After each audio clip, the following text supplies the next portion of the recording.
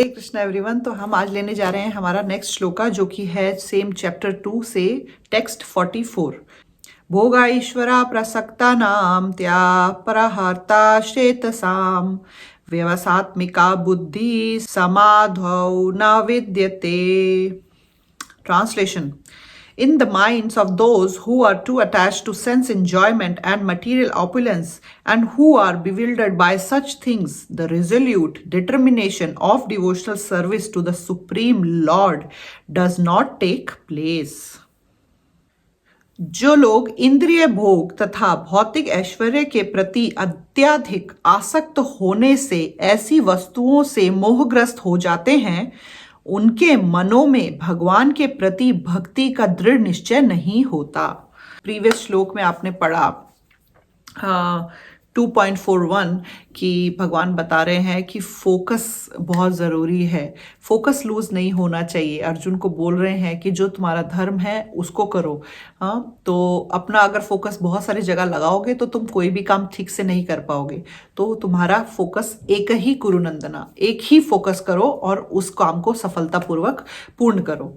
यहाँ पे भगवान क्या बता रहे हैं कि भगवान की जो भक्ति है, भगवान का जो परम ज्ञान है, परम प्रेम है, परम धाम है, हाँ, उसको जानना एक व्यक्ति के लिए बहुत मुश्किल है। अगर वो व्यक्ति बहुत सारे भोगों में लगा है, अगर उसकी जो मति है वो बहुत सारे भोगों में लगी है, वो चाहता मैं ये भी इंजॉय करूं, ये भी इंजॉय करूं, ये भी पालूं, ये भी मुझे मिल जाए, तो उसका जो मन है वो इन चीज़ों में, भौतिक चीज़ों में ज़्यादा लगा हुआ है। वैसा व्यक्ति कभी भी भगवान का नाम सफलता से नहीं ले पाएगा, भगवान की भक्ति सफलता से नहीं कर पाएगा, भगवान को जान नहीं पाएगा। क्यों? क्योंकि उसका माइंड कहाँ पे है, मैं ये कर लूँ, मैं वो भी कर लूँ, मैं ये भी पालूँ, मैं उसको मिल जाए, ये भी मुझे मिल जाए, ये भी मेरा हो, मेरा पैसा कम हो रहा है, मैं पैसा कैसे बढ़ाऊँ, ये सब चीज़ों में, भौतिक चीज़ों में उसका दिमाग ज़्यादा है। कोई व्यक्ति जिसकी इच्छाएं अनगिनत हो, रुक ही नहीं रही हैं, वो व्यक्ति भगवान की भक्ति करने में असफल होता है। क्यों? क्योंकि उसका मन बिविल्डर्ड है, मति बहुत सारी जगहों पे लगी हुई है। तो यहाँ पे भगवान बता रहे हैं कि बहुत गहराई से जब कोई आसक्त है किसी चीज में, एक चीज में या बहुत सारी चीजों में, उस वजह से वह व्यक्ति भगवान की भक्ति करने में असफल रहता है। उस तरफ भक्ति करने की शुरुआत भी नहीं होती, वो सोचता भी नहीं है। क्यों? क्योंकि उसका मन कहीं और आसक्त है। ये भी नहीं है कि ऐसा करने से वो प्रसन्न है, वो खुश है, नहीं। यही आसक्ति, यही अटैचमेंट मटेरियल चीज़ों से, भौतिक चीज़ों से, उसके लिए सबसे बड़ा कारण बनता है डिप्रेशन का, परेशानी का, फ्रस्ट्रेशन का, चिंता का।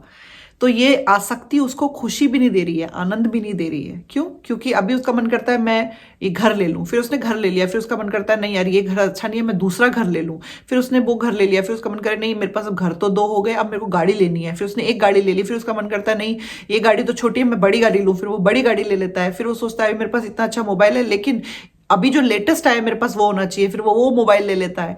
तो वो यही करता रहता है, इधर से उधर, इधर से उधर, उधर से उधर, जैसे बंदर एक डाल से दूसरी डाल, दूसरी डाल से तीसरी डाल पे मचलता रहता है, छलांग लगाता रहता है। उसी तरह से वो व्यक्ति का मन एक चीज से दूसरी, दूसरी भौतिक चीज, तीसरी, फिर चौथी, फिर पांचवी, ऐसे गोल गोल घूमता रहता है, शांत संतुष्ट नहीं हो पाता। वो इंजॉय कुछ भी नहीं कर रहा है, वो बस चीजों को ले लेके हर चीज उसके पास होनी चाहिए। महत्वाकांक्षाएं इतनी सारी हैं, अटैचमेंट इतनी सारी है। फिर वही एक चीज अगर खो जाए, मानिए इतना महंगा मोबाइल लिया है आपने और वो चीज खो जाए तो कितना दुख होगा। क्यों? क्योंकि अटैचमेंट उस वस्तु से बहुत ज्यादा है।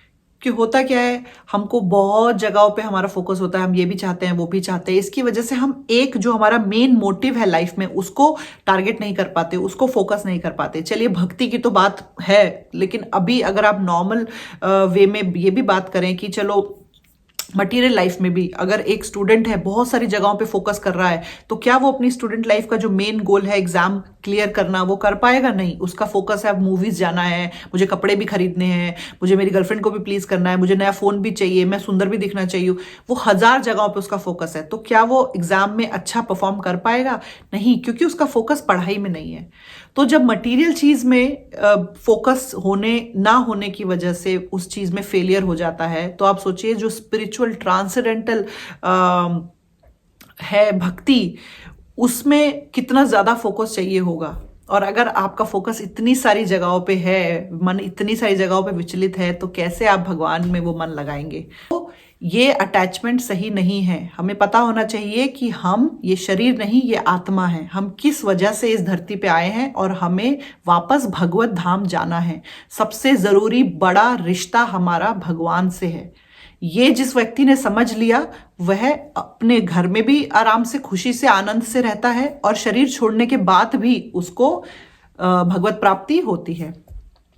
अब आज की डेट में जो सबसे बड़ा रीजन है डिप्रेशन का, सुसाइड का, सबसे बड़ा रीजन है डिप्रेशन का, सुसाइड का, डिवोर्स का, डोमेस्टिक वायलेंस का,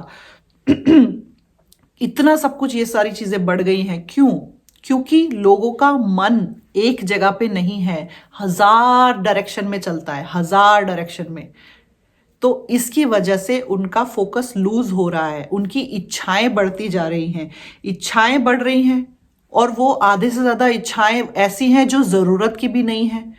और जिसकी वजह से जब वो इच्छाएं पूरी नहीं हो रही हैं तो क्रोध उत्पन्न हो रहा है, गुस्सा आ रहा है, फ्रस्ट्रेशन हो रहा है, और उस फ्रस्ट्रेशन की वजह से एक दूसरे के साथ लड़ाई हो रही है, रिश्ते खराब हो रहे हैं, झगड़ा हो रहा है, और उसकी वजह से डिप्रेशन, लोग सुसाइड कर रहे हैं, आपस में डिवोर्स हो रहा है। आप सोचिए 5-5, 10-10 साल के प्रेम के बाद लोग शादी करते हैं और फिर 1-2 साल के बाद उनका डिवोर्स हो जाता है। आज की डेट में हम ये देख रहे हैं। क्यों? इसी वजह से, क्योंकि मन बहुत सारी जगहों पे लगा हुआ है।